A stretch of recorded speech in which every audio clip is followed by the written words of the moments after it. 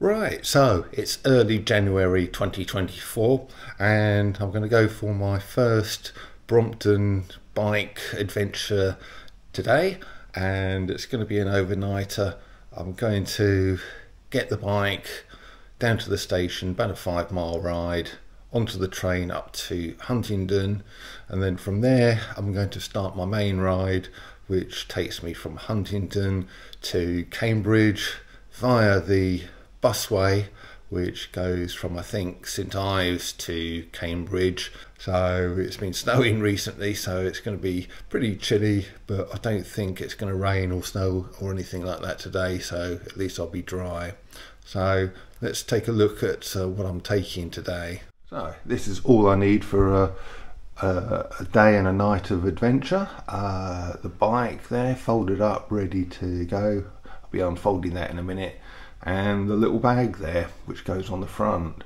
So gonna get this out, got to give the chain a quick oil, tyres a quick pump, and then I'll be on my way.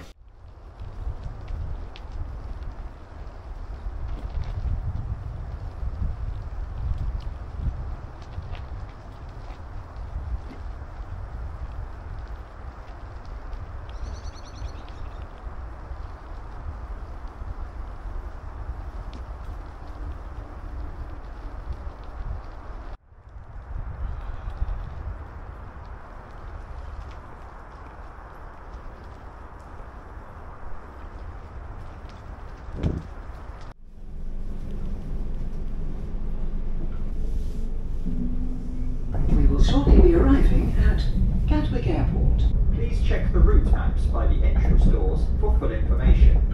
If you see something that doesn't look right, speak to staff.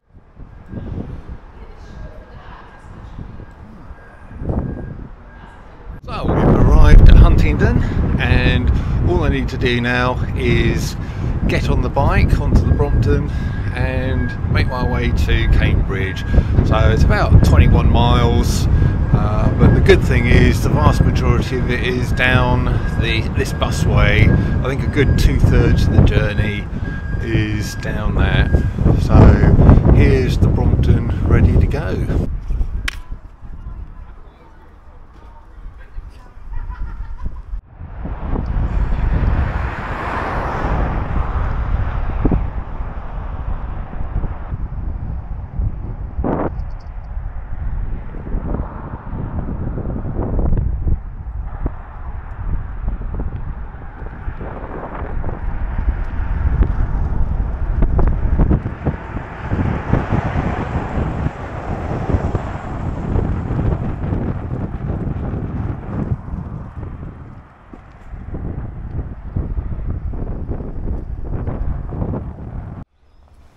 Ah, this has scuppered me. Continue on National Cycle Route 51 for 3/4 of a mile.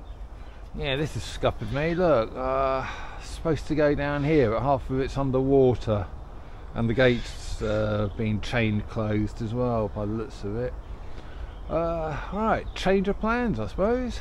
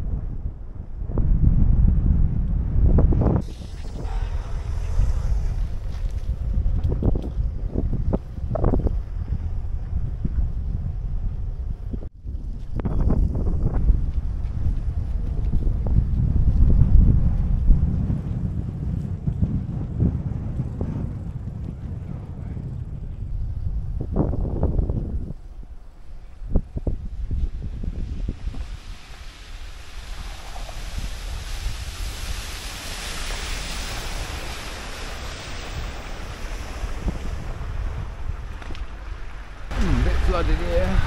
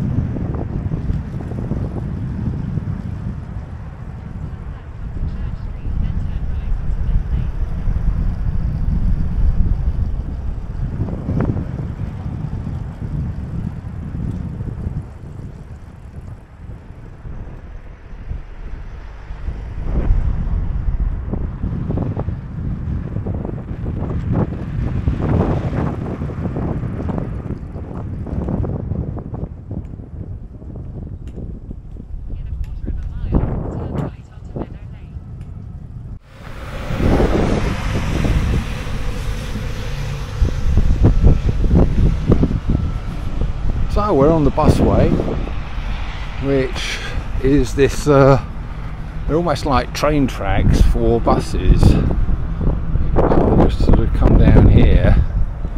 That way is towards St Ives, the other way that bus was going towards Cambridge. So I made it from Huntingdon to St Ives, where the Busway starts. From Huntingdon to St Ives was interesting. The navigation kept taking me down these routes, which ended up being flooded. Oh, there goes another bus behind me. But I thought once I was on this busway, because the cycle bit that goes alongside it is a really good, solid cycle lane, like you can see there. So I thought once I was on here, my worries about flooding and flooded paths would be over. But that bit there, I don't know if you can quite see it. Yeah, there's the reflection of the water behind me there.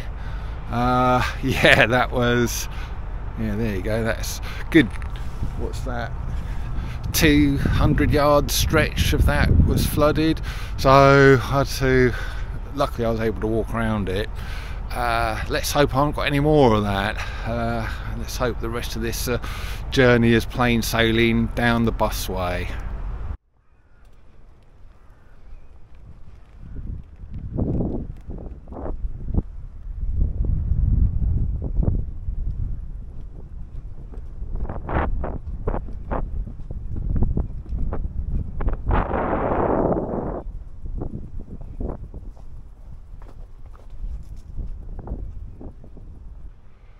Wow, look at that.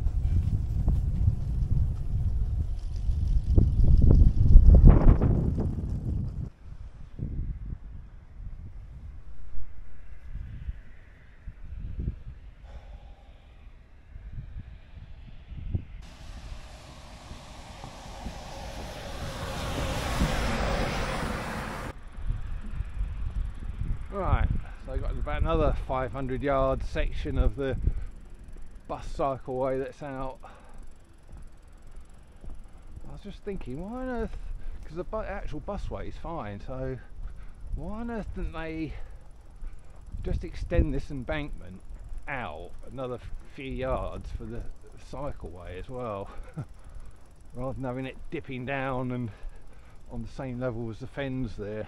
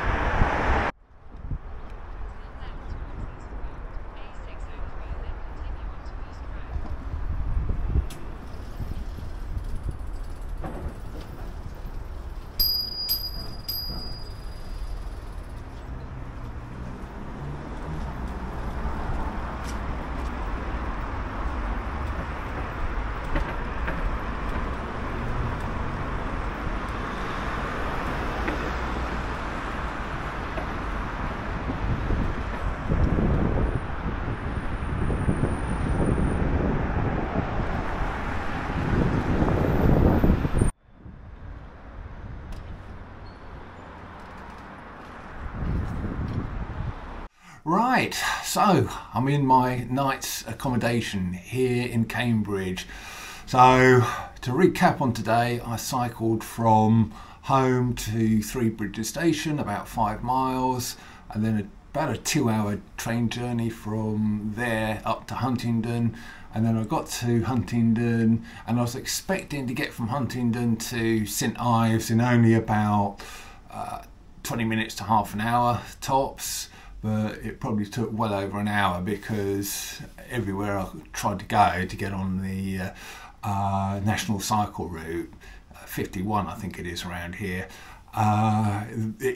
where it's taking me was flooded, so I had to turn around and retrace my steps and, you know, do bypasses and this sort of thing. And then I finally got to St Ives, got onto through there onto the Busway, only to find that some of the sections of the cycleway on the Busway were also flooded, which I wasn't expecting because I thought that was a proper kind of tarmac cycle route, and the last thing I was expecting was to see it flooded. What they've done, bizarrely, when they're building it, is the actual busway for the buses is up in an embankment. So the buses can run fine even in very wet conditions, but for some reason they didn't extend the embankment out to include the cycleway as well, so that kept dipping down to the water level or under the water level when it's high, and it got flooded. So I had to keep getting off the bike, and luckily there was a bit of a grass verge. I could sort of walk alongside the busway until I got to a non-flooded bit again. But I had a good half dozen flooded sections I had to bypass, each about 400 or 500 yards long. So that was a pain, and it slowed me down quite a lot. But I still managed to get to my accommodation here in Cambridge before dark. So let's look out of my window at the Cambridge Youth Hostel Association place, which I've got a private room in, and yeah, let's take a look around this room. Actually, before I do that, I'll just tell you, okay, it's early to mid-January here, January the 10th, 24, but I paid, well, it should have been £45 for the whole room, but I got a 25% discount off of that, so you know, about 30, whatever that equates to, £32.50 or something. So for a night's accommodation, not bad at all. So let's have a quick look around the room, see what you get for your, in this case, £32 odd. First of all, we get a bit of a view out the window with the setting sun, and let's turn on the light, that might be a bit better.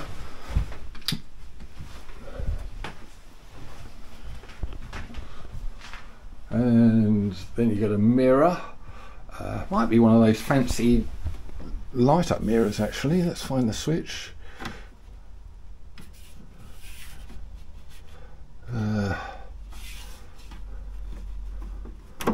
There we go.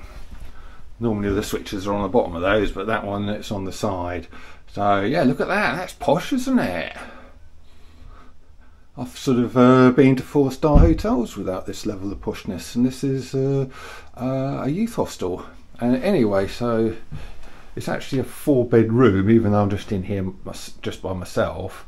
So you get a nice sink, looks all nice and clean tap, and you get sort of 4 lockers. I'll just be obviously just using one.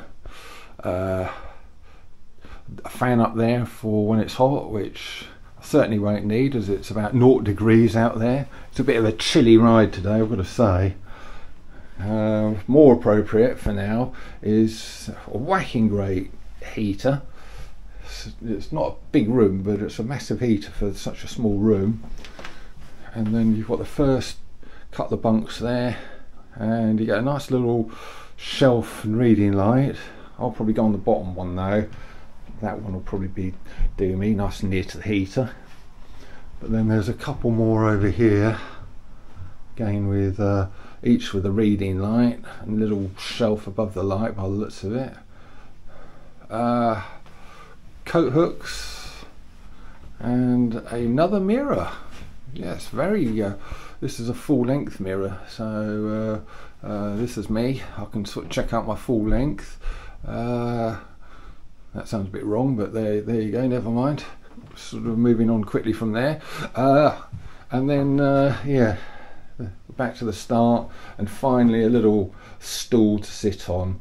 So yeah, this is considerably a posher and more appointed, well appointed than the other hostel I've been to, Truly Hill. Yeah, very impressed so far.